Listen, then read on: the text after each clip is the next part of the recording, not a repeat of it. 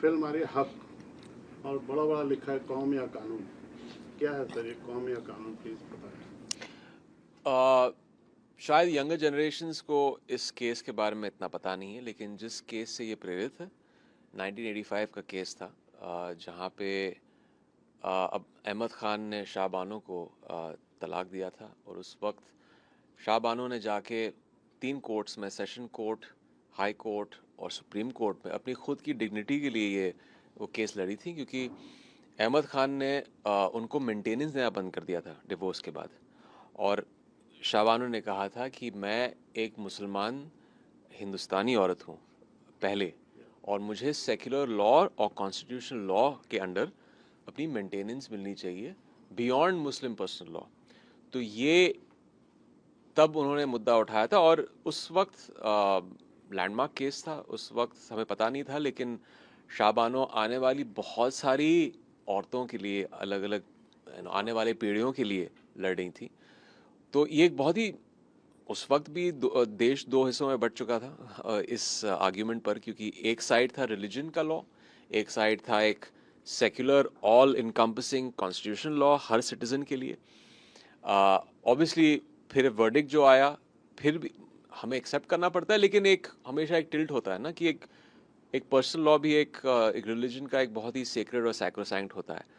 तो एक बहुत ही इंटरेस्टिंग कहानी थी, उस पर हक बनी है। आपको जब ये स्क्रिप्ट अप्रोच हुई थी जी, तो क्या रिएक्शन था, आप किस चीज से क्लिक होके आप तैयार हुए ये रोल करने देखिए हमेशा जब एक किरदार जिस तरह अहमद ख़ान था उस केस में, इसमें नाम अब्बास ख़ान है, लेकिन वो अपने नज़रिए से तो सही है, वो अपने नैरेटिव का हीरो है। के?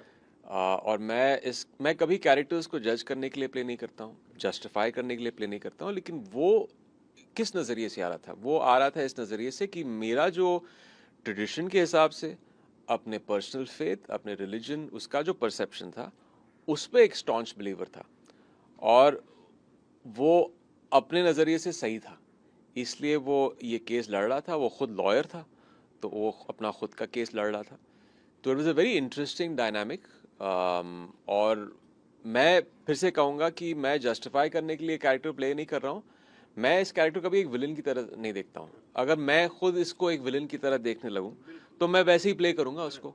ये ऐसी फिल्म है जहाँ पे आप जब थिएटर से बाहर निकलेंगे, हाँ it is pro women, women एक उनकी डिग्निटी के लिए, उनकी इक्वालिटी ऑफ राइट्स के लिए वो एक मुद्दा हमने उठाया है। But at the same time अगर आपको लगे, जहाँ फाइनल मोनोलॉग और फिल्म के दौरान आपको लगे अच्छा, अहमद भी, अब्बास भी कहीं अपने नज़रिए से, क्योंकि जो एनवायरनमेंट में पला बड़ा था, जो इसकी कंडीशनिंग थी, वो सही था अपनी तरफ, तो हमने अपना काम कर लिया है। तो ये फिल्म किसी तरह का जजमेंट हम नहीं दे रहे हैं, उंगली नहीं उठा रहे हैं, बस एक बहुत ही अनबायस तरीके से हमने केस को आपको दिखाया है। फिर आप आप पे है, आप किस नज़रिए से थिएटर से बाहर निकलते हैं। मतलब जो अभी हमारे देश के हालात है ना, बहुत सेंसिटिव हो गए हम, और जी, खासकर हिंदू मुसलमान के टॉपिक पे तो बहुत ही जी, जल्दी अपनी कोई भी राय बना लेते जी, हैं। मेन बात ये कि आपका क्या राय है कि हम शरिया से चलें या संविधान से चलें। जब बातें ऐसी आती हैं हम कहीं इसमें स्टक हो जाते हैं, एक जी, खासकर एक कम्युनिटी को हम क्वेश्चन मार्क कर देते हैं। जी। आप as a Imran Hashmi, as a character की बात नहीं कर रहा, एज ए इंसान आप कैसे सोचते हैं कि देश में जो बात। देखिए सेंटिमेंट्स के बारे में अभी मैं ज़्यादा उसमें नहीं जाना चाहूँगा, बस मैं इस फिल्म के कॉन्टेक्स्ट में कहना चाहूँगा कि मैंने कल प्रेस कॉन्फ्रेंस में भी कहा था कि मैंने इस फिल्म को, जब फिल्म की स्क्रिप्ट पढ़ी थी, तो यस मैंने एक क्रिएटिव, एक एक्टर के नज़रिए से देखा था, लेकिन पहली बार अपने करियर में मुझे देखना पड़ा कि एक सेंसिटिविटी जहाँ पे होती है, एक कॉम को लेकर, कम्युनिटी को लेकर, मेरी कम्युनिटी को लेकर, आई हैव टू बी थोड़ा कॉग्निसेंट, और एक अलग तरीके से मुझे इसको एनालाइज करना पड़ेगा। जो मैंने एक्सट्रैपलेट किया इस फिल्म से वो ये है कि एक बहुत ही बैलेंस्ड पॉइंट ऑफ व्यू है। तो इसमें हम कोई ऐसी बात नहीं छेड़ रहे हैं जो एक कॉम के अगेंस्ट हम उंगली उठा रहे हैं या किसी तरह का जजमेंट पास कर रहे हैं। इट जस्ट सो हैपेंड कि ये उस मुस्लिम कम्युनिटी से बिलोंग करते थे, अहमद खान और Shah Bano. But it's a very balance story, and it's exactly how it played out in 1985। अब वो केस इसलिए इतना मीन्स वॉलेटाइल था, और इतने सारे डिबेट्स और सब शुरू हुए थे। It be interesting to know कि जब ये फिल्म रिलीज होगी, इसका जो रिएक्शन होगा जब लोग सिनेमा हॉल में देखेंगे, ये मुझे एक्चुअली आई डोंट नो। मैं खुद कह रहा हूँ, मुझे पता नहीं है कि लोग बाहर आके क्या उनका, मगर एज अ लिबरल मुस्लिम मैं ये कह सकता हूँ कि I had no problems with the view point of the film, क्योंकि हम किसी कम्युनिटी को मिलाइन नहीं कर रहे हैं। अगर होते तो मैं ये फिल्म नहीं करता, बट इसमें कोई ऐसी मिलाइनिंग वाली बात नहीं है। And just to give a view point of the kind of Muslim I am, मैंने परवीन से शादी की थी जो एक हिंदू है। मेरे फैमिली में मेरे बेटे जो है वो पूजा भी पढ़ते हैं, वो नमाज भी पढ़ते हैं। I had a Christian mother, but ये मेरी सेक्युलर और एक अपब्रिंगिंग है, तो मेरे लेंस से मैं ये फिल्म को इस नज़रिए से देख रहा हूँ। आगे जाके किस फिल्म को किस नज़रिए से आप या कोई और देखता है, इस पे मेरा कोई कंट्रोल नहीं है या मैं डिसाइड नहीं कर सकता हूँ, क्योंकि हर कोई हर फिल्म को अपने कंडीशनिंग के हिसाब से, अपने रिलीजियस टेनेंट्स के हिसाब से, उनकी अपब्रिंगिंग से, उनके एनवायरनमेंट से, उनकी सोच के नज़रिए से फिल्म देख रहा है या देख रही है। तो यू डोंट रियली नो। जैसे आपने बताया आपने हिंदू से शादी की है परवीन जी को, मैं आपको जानता हूँ इसलिए मैं ये सवाल पूछ रहा हूँ। आपके बेटे पूजा भी करते हैं आपके घर में, इस बात से भी कम्युनिटी को कई प्रॉब्लम होती है। आपके घर में पूजा हो रही है तो उस पर सवाल उठाने भी मुस्लिम होते हैं, तो वो कैसे उस चीज़ को हैंडल करते हो?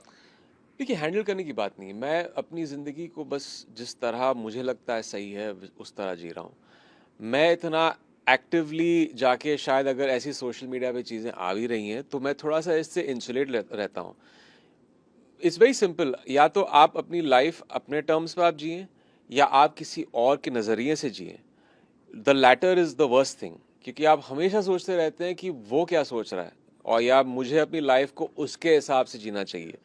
That's not the way to live your life. मुझे पता है कि मेरी अपब्रिंगिंग इस तरह है, एक बहुत ही हमारी सेक्युलर माइंडसेट है घर में, फैमिली में, and that's the way will always be. तो हम अपनी लाइफ जी रहे हैं।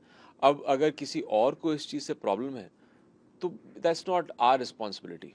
और आपने कल अपील भी की टेलर लॉन्च में कि मुस्लिम कम्युनिटी से appeal. I think so, I think क्या है उसके? Just not just the Muslim community, of course उनको देखना चाहिए, औरतों को देखना चाहिए। इट्स ये एक औरत की आवाज़ की कहानी है, उनके इक्वालिटी की कहानी है, जो सर्टेन राइट टू डिग्निटी उसकी कहानी है, और मर्दों के लिए भी।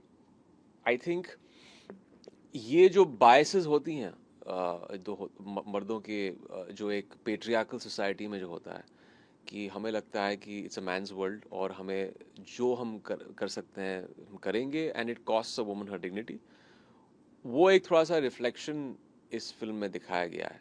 तो अगर आप उस पर इंट्रोस्पेक्ट करेंगे तो आपको कुछ एक वैल्यू जैसी चीज़ मिलेगी इस फिल्म में, मर्दों के लिए भी।